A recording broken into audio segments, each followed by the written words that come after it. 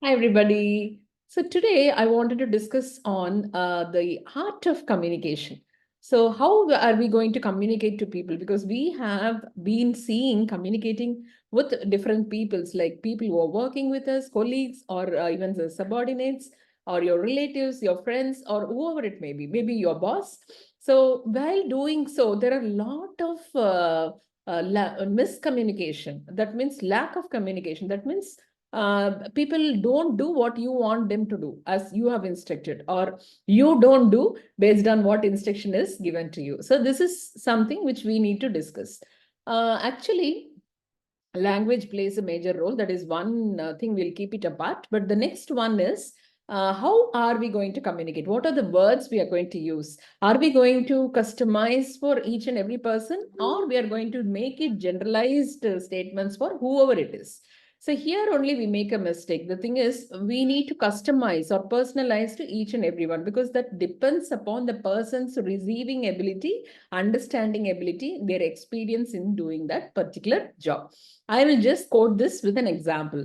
There was a bakery, and the owner of the bakery has learned all the lessons from his father, but one thing, is unable to get work done from his work, from his employees. Actually, he wanted to buy some flour and sugar for making some bread and sweet.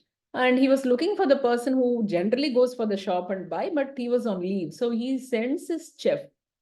So he tells him, like, okay, see, I want maida to make bread and sugar to make sweet. So don't mix these two.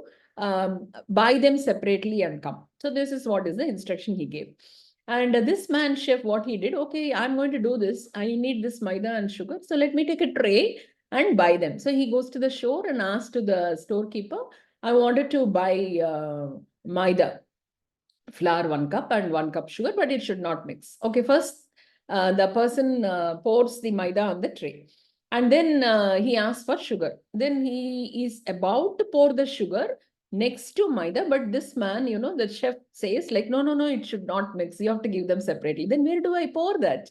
Then this man, what he said, this tray has two sides. One side I have collected maida, and the other side is empty. So let me collect the sugar in the other side. He just turned over the plate and asked him to pour the sugar on the other side of the tray, and he came back to the bakery.